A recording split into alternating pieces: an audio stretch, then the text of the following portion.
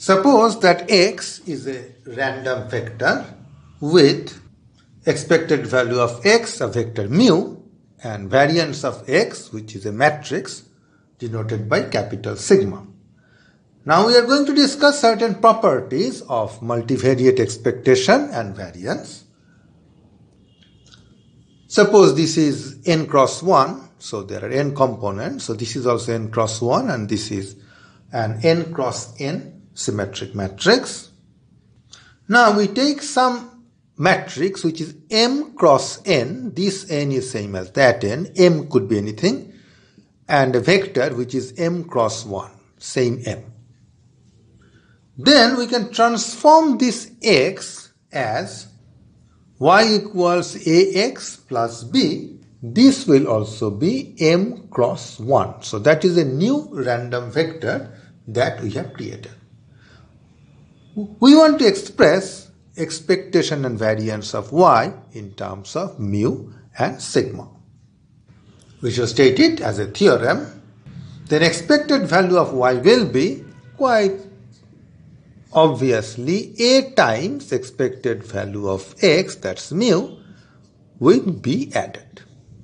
And the proof is absolutely straightforward. I leave it as an exercise. For variance of y, obviously this added constant has no role to play. It will be a times variance of x, which is sigma, times a transpose. A first, a transpose next. Not a transpose sigma a. It is a sigma a transpose. And this is m by m matrix. The proof is again quite straightforward. Just write things down and you will get it in 2 lines. We have already mentioned that a variance matrix is always a real symmetric matrix. That is pretty straightforward by the very definition. Now we can say something stronger about a covariance matrix. For that we shall need a little linear algebra.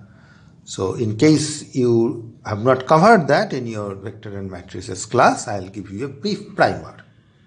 A real symmetric matrix, call it capital sigma, is called non-negative definite, abbreviated to NND, if for all x n-dimensional, if I compute this quantity x transpose sigma x, this is 1 cross n, this is n cross n, and this is n cross 1. So the entire thing is 1 cross 1, that is just a scalar. So we can talk about it being greater than or equal to 0. If it so happens, whatever capital sigma you take, this holds, then I call it non-negative definite. That is, it is definitely non-negative. For example, this is non-negative definite because if I form this expression with x given by x1, x2, x1, x2, then I will get x1 square plus 2x2 square, which is of course greater than or equal to 0 because these are real quantities. If on the other hand I had a minus here, a minus here, a minus here, now this guarantee can no more be given. So now it will fail to be non-negative definite. Now here is a useful theorem from linear algebra which is not at all immediately obvious. A matrix is NND, so it's a real symmetric matrix, is NND if and only if it can be written as A times A transpose for some matrix A. This A need not be unique, but if you can find such an A, then a sigma has to be NND, and if sigma is NND, you can always find some such A. The main reason why NND matrices are very important in probability and statistics is this theorem, which is of great importance. A matrix capital sigma is variance of some random vector if and only if sigma is NND. So it is in the same spirit as the fundamental theorem of probability, namely This is a purely mathematical condition and this is a probability theory result.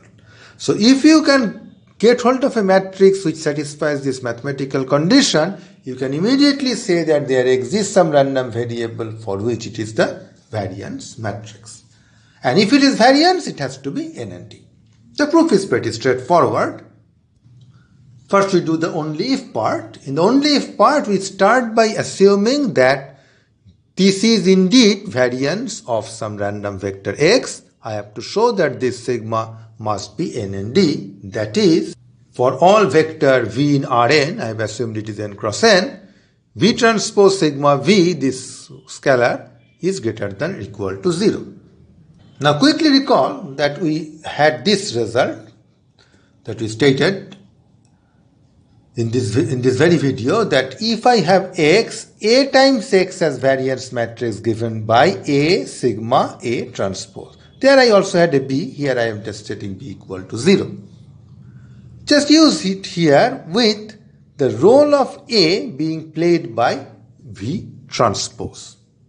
Then this is nothing but variance of V transpose x. This is little v, don't confuse this with variance capital V.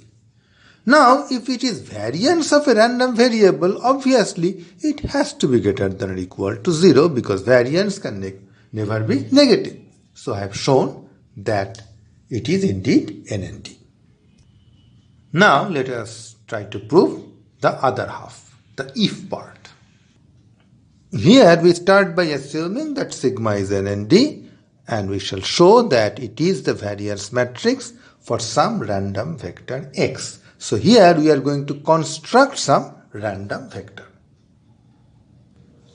Since sigma is n and d, I can use that last theorem from linear algebra to claim that sigma must be of the form A transpose for some A n by n. In that theorem, I forgot to state that it has to be of the, you can choose it of the size n cross n. Here I am stating it explicitly. Now what I do is I manufacture n random variables IID. So essentially they are the same random variable, but I am just replicating, running the underlying random experiment n times independently, such that variance of ui is 1. Just take any random variable with variance 1 and repeat it n times. That's the idea. You can always do it. Now what you will do is you will form one random vector out of these things. I call the random vector capital U. It is made by u1 to un.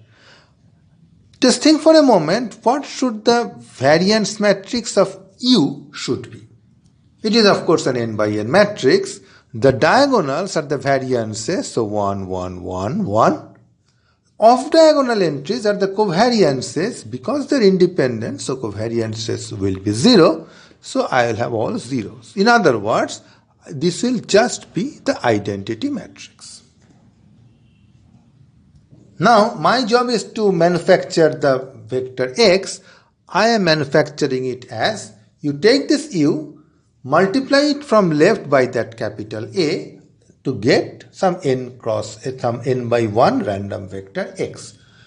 I claim that its variance will be capital sigma, which is straightforward because variance of x is, using that theorem, A times variance of u, which we have just now checked is identity, times A transpose. But multiplication by identity has no effect, so it is A transpose, and by the very construction of A, it is sigma. So I have proved that for this x, the variance matrix is indeed that given sigma. So in effect, I have shown that a matrix is a variance matrix if and only if it is n and d.